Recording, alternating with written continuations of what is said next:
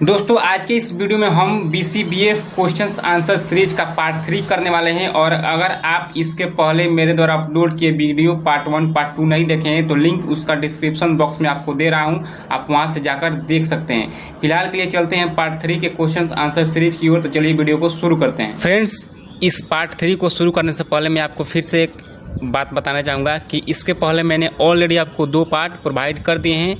उस वीडियो का लिंक इस वीडियो के डिस्क्रिप्शन बॉक्स में आपको मिल जाएगा। अगर आपने उस पार्ट को नहीं देखा है तो प्लीज़ आप उसको जा करके देख लीजिए। और इस पार्ट में हम पार्ट 3 करने वाले हैं और यहाँ पे आप क्वेश्चंस प्रत्येक पार्ट में 10 से 11 क्वेश्चंस आपको देखने को मिलेंगे। तो चलिए बिना समय वेस्ट किए क्वेश्चंस आंसर की तरफ चलते हैं। तो यहाँ पे भी क्वेश्चंस जो है हिंदी और इंग्लिश दोनों में है, तो हिंदी में हो चाहे इंग्लिश में हो कोई फ़र्क नहीं पड़ता है, आप मैनेज कर लीजिएगा। क्योंकि जो क्वेश्चंस इंग्लिश में होंगे मैं तो हिंदी में बताऊंगा ही। तो देखिए यहाँ पे क्वेश्चन जो है हमारा ये नॉन परफॉर्मिंग एसेट ड्यूरेशंस, यानी कि कोई भी अगर धन आप देते हैं किसी को कर्ज उधार तो कितने दिनों में जो है वो दिवालिया घोषित हो जाता है। उसका ड्यूरेशन जो होता है वो 90 दिन का होता है। आपका आंसर 90 डेज होगा। ऑप्शन में जो होगा वो आप क्लिक कीजिएगा और आगे बढ़िएगा। नेक्स्ट क्वेश्चन है SHG, आपको शॉर्ट फॉर्म भी दे देता है। मैंने पार्ट 1 में इसको कराया भी था कि SHG का फुल फॉर्म पूछा हुआ था। तो सेल्फ हेल्प ग्रुप होता है इज अ, तो जो सेल्फ हेल्प ग्रुप होता है वो क्या है, तो आपको ऑप्शन में दिया हुआ होगा कि कैपिटल ग्रुप या स्मॉल ग्रुप। तो देखिए ये जो गरीब लोगों का जो है एक छोटा सा समूह होता है, आपको प्रत्येक गांव में ये देखने को मिल जाएगा। और समूह इसको बोला जाता है, समूह का पैसा लोग बोलते हैं जनरली। तो आप उसको देख सकते हैं तो आपको ये याद होगा, ठीक है। तो SHG small group of poor people. उसके बाद से अगला क्वेश्चन है SHG, मतलब जो सेल्फ हेल्प ग्रुप है वो किसके द्वारा जो है रेगुलेट किया जाता है, मतलब उसको कौन संचालित करता है। तो आपको आंसर यहाँ पे देना होगा नाबार्ड। ऑप्शन से आपको नाबार्ड दिखेगा, वहाँ पे आप क्लिक कीजिएगा और आगे बढ़िएगा। और अगला क्वेश्चन देखिए यहाँ पे डेबिट कार्ड से आप क्या कर सकते हैं। तो आप सबको मालूम होगा, आप इसको आंसर जो इजीली दे सकते हैं। पहला ऑप्शन है कैश विड्रॉल, जी हाँ बिल्कुल कैश विड्रॉल कर सकते हैं। दूसरा ऑप्शन है बैलेंस इंक्वायरी, बिल्कुल बैलेंस इंक्वायरी भी कर सकते हैं। ऑनलाइन शॉपिंग भी कर सकते हैं डेबिट कार्ड के माध्यम से।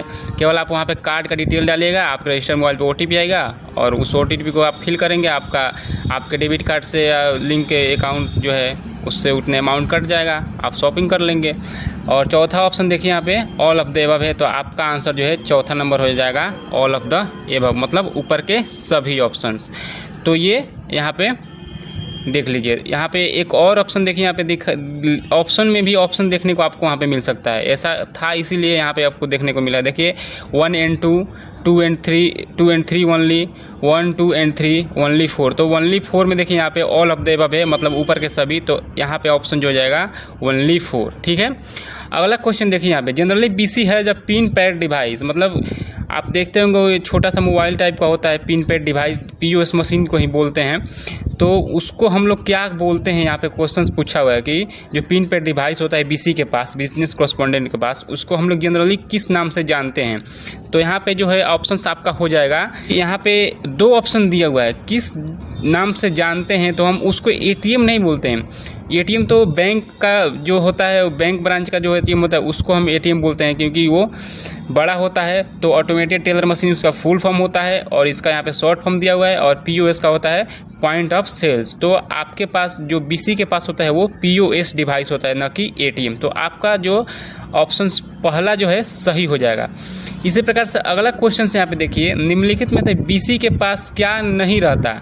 तो आप यहाँ पे इजीली आप अगर बिजनेस कॉरेस्पॉन्डेंट का कार्य ऑलरेडी कर रहे हैं तो आपको मालूम होगा, आप इसका आंसर इजीली दे सकते हैं। या कभी आपने APS से ट्रांजैक्शन किया हुआ है तब भी आप इसका आंसर दे सकते हैं। थोड़ा सा आप दिमाग लगाएंगे आप इसका आंसर दे देंगे। तो देखिए बायोमेट्रिक डिवाइस सही है, बायोमेट्रिक डिवाइस होता है। प्रिंटर भी होता है BCBA के पास, क्योंकि वो स्लिप निकाल कर देना होता है कस्टमर्स को। और देखिए यहाँ पर अगला लैपटॉप तो होगा भाई, लैपटॉप होगा भी नहीं भी होगा, लेकिन एक डिवाइस तो कोई होना चाहिए, क्योंकि ट्रांजैक्शंस किसके माध्यम से होगा, मोबाइल के माध्यम से या लैपटॉप के माध्यम से। तो यहाँ पे एक ऑप्शन ऐड कर लीजिएगा। अगर यहाँ पे मोबाइल लिख लेंगे तो सही रहेगा, क्योंकि लैपटॉप नहीं होगा तभी आपका काम हो जाएगा। और यहाँ पे देखिए जो चौथा ऑप्शन है हमारा ये गलत होगा, क्योंकि BCBF के पास ATM नहीं आता है, उसके पास जो होता है POS डिवाइस होता है, यानी कि पॉइंट ऑफ सेल्स डिवाइस, जिसमें कार्ड को स्वाइप किया जाता है। ठीक है, तो यहाँ पे हमारा ATM ऑप्शंस हो जाएगा। और यहाँ पे क्वेश्चन ध्यान से पढ़िएगा तभी आपको इसका आंसर समझ में आएगा। यहाँ पे पूछा गया निम्नलिखित में BC के पास क्या नहीं रहता है। ठीक है, तो आंसर हो जाएगा हमारा ATM। अगला क्वेश्चन देखिए, जो भी individuals bank account opening form भरता है वो बेसिकली क्या कर रहा है, मतलब किसी बैंक ब्रांच में अकाउंट ओपन कराने जा रहे हैं एज अ न्यू कस्टमर। तो आप बैंक के साथ क्या कर रहे हैं, एग्रीमेंट रिक्वेस्ट डाल रहे हैं अकाउंट ओपनिंग का वहाँ पे कि मेरा अकाउंट खोला जाए। आप बैंक के साथ एग्रीमेंट ही कर रहे हैं एक प्रकार से, तो आपका ये आंसर सही हो जाएगा। अगला क्वेश्चन देखिए, निम्नलिखित में कस्टमर के साथ बैंक क्या नहीं कर सकता है। तो देखिए, खाता खोल सकता है, लोन दे सकता है, BCBF बना सकता है। तो देखिए, उसको है जो लोन देना उसके ऊपर निर्भर करता है कि देगा या नहीं देगा। लोन का क्राइटेरिया चेक करेगा कि आप उसके लिए एलिजिबल हैं या नहीं है। तो आप यहाँ पे लोन दे सकता है ये टिक लगा सकते हैं, क्योंकि यहाँ पे क्वेश्चन पूछा गया है क्या नहीं कर सकता है, तो ये आपको ऑप्शंस सही रहेगा। लोन दे सकता है, उसके ऊपर डिपेंड करता है, बैंक के ऊपर, ना कि आपके ऊपर। अंतिम करदाता बैंक के लिए कौन होता है। तो देखिए, बैंक के लिए जो अंतिम करदाता है वो रिजर्व बैंक ऑफ इंडिया ही होता है, क्योंकि रिजर्व बैंक ऑफ इंडिया को ही बैंकों का बैंक कहा जाता है। और यहाँ पे ऑप्शन आपका RBI हो जाएगा। बैंक इनकम जनरेट फॉर्म, तो बैंक का इनकम कहाँ से जनरेट होता है। तो देखिए, बैंक जो लोन देता है कस्टमर्स को उसके ऊपर इंटरेस्ट लेता है, वहाँ से उसका इनकम जनरेट होता है। एक सोर्स तो ये हो गया। दूसरा सोर्स ये होगा कि अगर आप उस पर जो अमाउंट डिपॉजिट कर रहे हैं उसमें, तो वो लोन तो दूसरे किसी को देता है, उसके ऊपर भी ब्याज मिलता है, वो आपका ऑप्शंस हो जाएगा। अगर ऑप्शंस आपको देखने को मिलेगा तो इसलिए मैंने यहाँ पे ऑप्शंस नहीं लिखा हुआ है। लेकिन मेनली ये होगा कि बैंक का इनकम जो होता है वो किस पे जनरेट होता है, लोन से जनरेट होता है। बैंक किसी कस्टमर को लोन दे रहा है तो उस पर ब्याज ले रहा है, तो वहाँ से इनकम जनरेट हो रहा है बैंक का। लास्टली क्वेश्चन देखिए इस सीरीज का, during cash withdrawal of a customer से बैंक क्या मैच करता है। मतलब कि अगर कहीं भी आपका खाता है किसी बैंक अकाउंट में, वहाँ पे आप जाते हैं कैश विड्रॉल करने, तो वहाँ पे कैशियर के द्वारा क्या आपका मैच किया जाता है। तो पहला ऑप्शन दिया है सिग्नेचर, दूसरा दिया है फोटो। तो यहाँ पे आपका ऑप्शन जो होगा दोनों मैच किया जाता है।